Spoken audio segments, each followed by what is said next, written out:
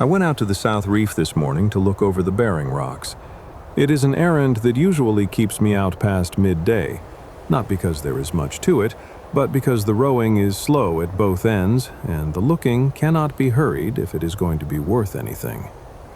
A chart is only as good as the last time somebody doubted it, so I doubt them, on a schedule of my own devising, and the rocks either agree with the page or they do not.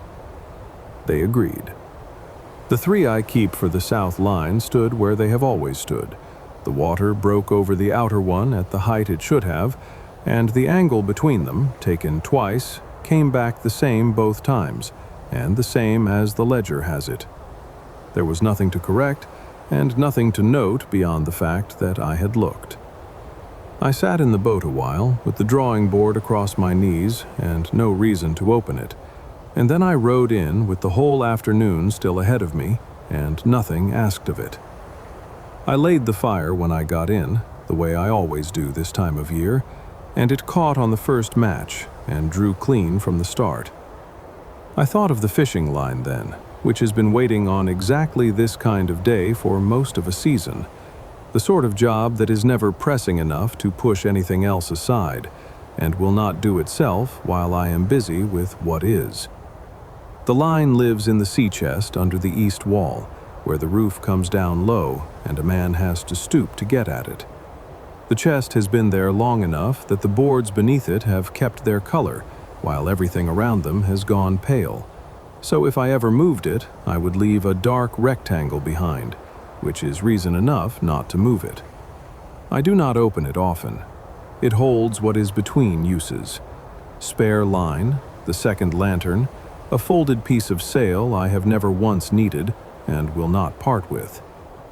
When the lid comes up, salt and old rope and a little tar come up with it, the clean smell of a boat in a room that otherwise smells of wood smoke and supper. I like it. The scent moved out into the room and settled there and put me in mind of being on the water, which surprised me only a little. I have noticed that a smell will fetch a thing back faster than the sight of it will.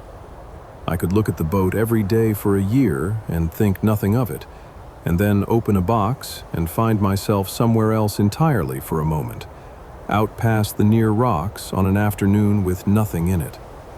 No soundings, no bearings, no page to fill. Just the oars and the sound they make when a man is not going anywhere in particular. That unhurried knock and drip, and the water going by under the hull the way it does when the boat is drifting between strokes. I row like that more often than the ledger would suggest, because the ledger has no column for it. There is a kind of work in rowing that leaves the mind free and the hands occupied, which I have come to think is the best arrangement a man can hope for on a given day. The image was fleeting. Then I was at the chair by the stove, a fire already going, the chest open in front of me and the line waiting. I let the memory go without minding the trade. The line was in the state I knew it would be in. That is why I had been leaving it alone. Coiled badly the last time I stowed it, stiff with salt, gone brittle in the lengths that saw the most sun. I worked through the whole of it, arm over arm, feeling for the places where it had kept its strength and the places where it had only kept its shape. Where a knot had drawn down hard, I picked it apart with the small spike. It takes a great deal longer than cutting, but wastes nothing, and I find the picking suits me anyway. It is slow in a way that does not mind being slow. By the time the light started going out of the window, I had a coil of sound line on one side of the chair and a heap of retired line on the other. The heap was the larger of the two, about what I had expected, and no worse than that. I spliced in fresh line where the old gave out, mostly by feel toward the end, since it had gone dark enough to need the lamp, and I did not want to stop and light it in the middle of a splice. A splice is a good kind of work. You keep what was good about the old length and lose only what had gone bad. The whole of it went quicker than a coil like that usually does. I lit the lamp, coiled the good line, and put the gear back where it belongs. A small job finished clean carries its own satisfaction. Nothing left half done, nothing put off to another evening. And I sat with that a minute before I took up the pen to write this. Even with the chest now closed, the salt water scent is still in the room. It is sitting up on top of the wood smoke rather than mixing into it, the way one smell will sometimes refuse another. And it is fainter now than it was an hour ago. By morning it will be gone, or I will have stopped being able to find it, which comes to the same thing.